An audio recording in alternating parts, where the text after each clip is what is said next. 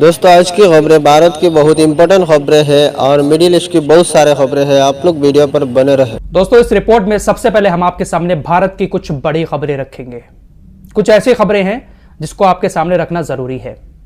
इसके बाद हम मिडिल ईस्ट की तरफ चलेंगे, कुछ अपडेट वहां से भी आ रहे हैं। सारी चीजें आपको इस वीडियो में मिला जुला कर बताने वाले हैं।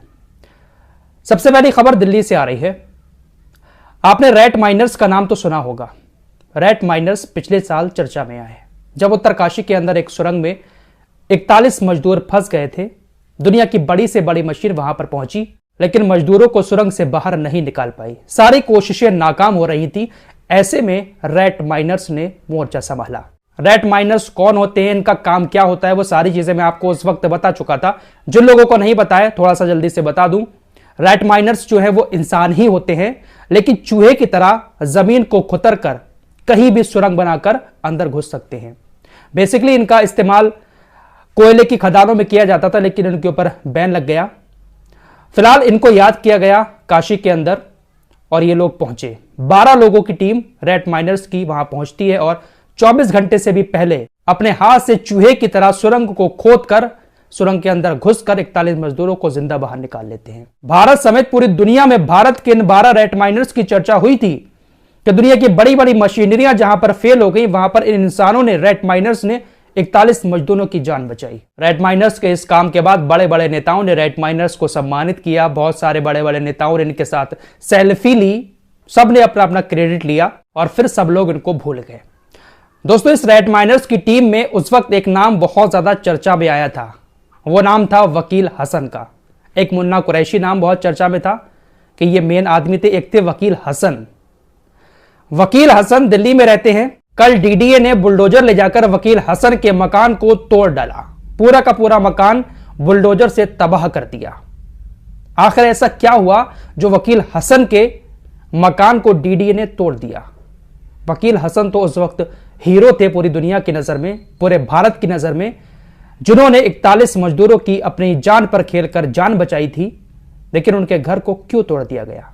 उनकी बीवी भी यही कह रही है कि मेरा पति तो हीरो था उस वक्त जब 41 मजदूरों की जान बचाई थी, लेकिन हमें इतना भी मौका नहीं दिया डीडीए ने कि हम अपने घर में अपने बच्चों की मार्कशीट भी निकाल सकें।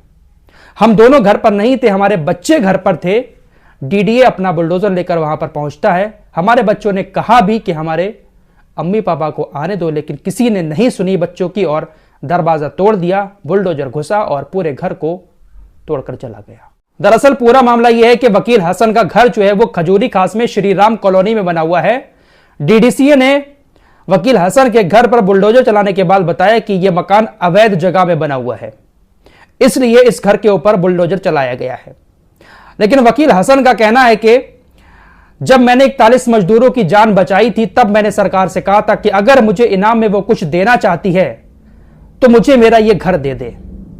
वकील हसन ने कहा कि मेरा ही घर अवैध जगह पर बना हुआ नहीं है, बल्कि पूरी ही पूरी कॉलोनी जो है अगर देखा जाए तो वो अवैध जगह पर बनी हुई है, लेकिन बुलडोजर सिर्फ और सिर्फ मेरे ही घर पर चलाया गया है, आसपास के घरों पर नहीं चलाया गया है। वकील हसन ने कहा कि मैंने ये घर 2013 में खरीदा था और इसकी रजिस्ट्री जो है वो 1987 की हुई है।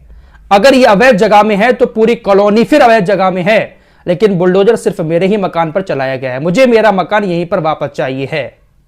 अगर ऐसा नहीं होता है तो मैं अनशन पर बैठ जाऊंगा। अपनी जान पर खेलकर मैंने 41 मजदूरों को बाहर निकाला था। सरकार से मैंने गुजारिश की थी कि मुझे इनाम में मेरा यह घर दे दिया जाए हमेशा के लिए, लेकिन मेरे घर को तोड़ दिया गया।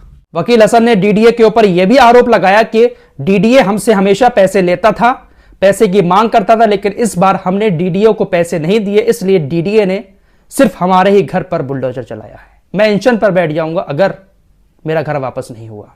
एक और बड़ी खबर आपके सामने रखना चाहता हूं। वाराणसी की ज्ञान वापी मस्जिद का मामला आप सभी को अच्छे से मालूम है। अभी पिछले महीने ही वाराणसी की एक जिला अदालत के जज साहब ने ज्ञान वापी के तहखाने में पूजा की इजाजत दे दी, जिसके बाद अब वहां पर पूजा शुरू हो चुकी है। दोस्तों ज्ञान वापी के तहखाने में जिन जज साहब ने पूजा की इजाजत दी थी, उन जज साहब का नाम है AK विश्वेश।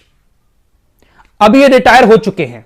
बड़ी बात यह सामने आ रही है कि पूजा की इजाजत इन जज साहब ने अपने कार्यकाल के आखिरी दिन दी है। ये रिटायर होने वाले थे और आखिरी दिन इनका था अदालत में, और उसी आखिरी दिन इन्होंने ज्ञानवापी के तहखाने में पूजा की इजाजत दी। वाराणसी की जिला अदालत के जज साहब ज्ञानवापी के तहखाने में पूजा की इजाजत देने के बाद रिटायर हो जाते हैं। और अब बड़ी खबर यह आ रही है कि इनको एक यूनिवर्सिटी का उत्तर प्रदेश की सरकार ने लोकपाल बना दिया है। लखनऊ के अंदर जो डॉक्टर शकुंतला मिश्रा यूनिवर्सिटी है, उस यूनिवर्सिटी का उत्तर प्रदेश की सरकार ने इनको लोकपाल नियुक्त कर दिया है। जिसके बाद लोग सोशल मीडिया पर बहुत सारी बातें लिख रहे हैं कि जज साहब ने आखिरी दिन अपने कार्यकाल के ज्ञानवापी के तहखाने में पूजा की इजाजत दी, उसका इनाम इनको मिल गया, उनको यूनिवर्सिटी का लोकपाल बना दिया गया। इस तरह की बहुत सारी बातें लोग सोशल मीडिया पर लिख रहे हैं। फिलहाल एक और बड़ी खबर आपको बता दूं, उत्तर प्रदेश में एक बार फिर से पेपर लीक हो चुका है। अभी पिछले हफ्ते की ही खबर है, जब पुलिस भर्ती का पेपर लीक हो गया था, बच्चे पेपर देकर चले आए, उसके बाद दोबारा से पेपर कराया गया। एक बार फिर से कल उत्तर प्रदेश के अंदर पेपर लीक हुआ है और इस बार पेपर 12th का लीक हुआ है। गणित और जीव विज्ञान का पेपर शुरू होने के 1 घंटे के बाद व्हाट्सएप पर वायरल हो गया। उत्तर प्रदेश के अंदर पिछले कुछ सालों में बहुत सारे पेपर लीक के मामले सामने आ चुके हैं। यह एक बहुत गंभीर समस्या है। पैसों के चक्कर में लोग अपना ईमान बेचकर बच्चों की जिंदगी के साथ खिलवाड़ कर रहे हैं। आइए कुछ अपडेट आपको गाजा के भी बता देता हूं। कल से आपको 2 बार मैं खबर दे चुका हूं कि गाजा के अंदर बहुत सारे लोग खाने का इंतजार कर रहे थे, ट्रक आने का इंतजार कर रहे थे। इजराइल की सेना ने गोली चलाई जिसमें सैकड़ों लोगों की मौत हो गई, सैकड़ों लोग घायल हो गए।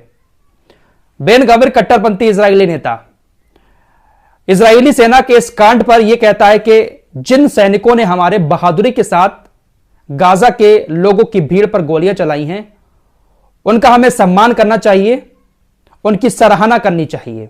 हमारे जिन सैनिकों ने जिस हिम्मत के साथ वहां पर यह काम किया है, हमें उस काम के लिए उनको सम्मानित करना चाहिए।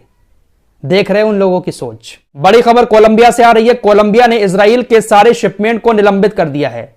इजराइल कोलंबिया को बहुत सारे हथियार देता था जिसके बदले में वो उससे पैसा लेता था, लेकिन कोलंबिया ने इजराइल से अब हथियार लेना बंद कर दिया है। साथ ही साथ कोलंबिया के राष्ट्रपति ने दुनिया के तमाम देशों से कहा है कि वो भी इजराइल की नाकाबंदी करें, सारे शिपमेंट निलंबित करें। खबर आ रही है कि इजराइल की जो पैराट्रूपर्स ब्रिगेड थी वो 3 महीने से गाजा के अंदर पड़ी हुई थी। हमास को मिटाने के नाम पर बहुत सारे आम लोगों का खून बहाया, लेकिन कुछ हासिल ना हो पाया। अब ये पैराट्रूपर्स ब्रिगेड वापस आ चुकी है। इजराइल ने इसको वापस बुला लिया है।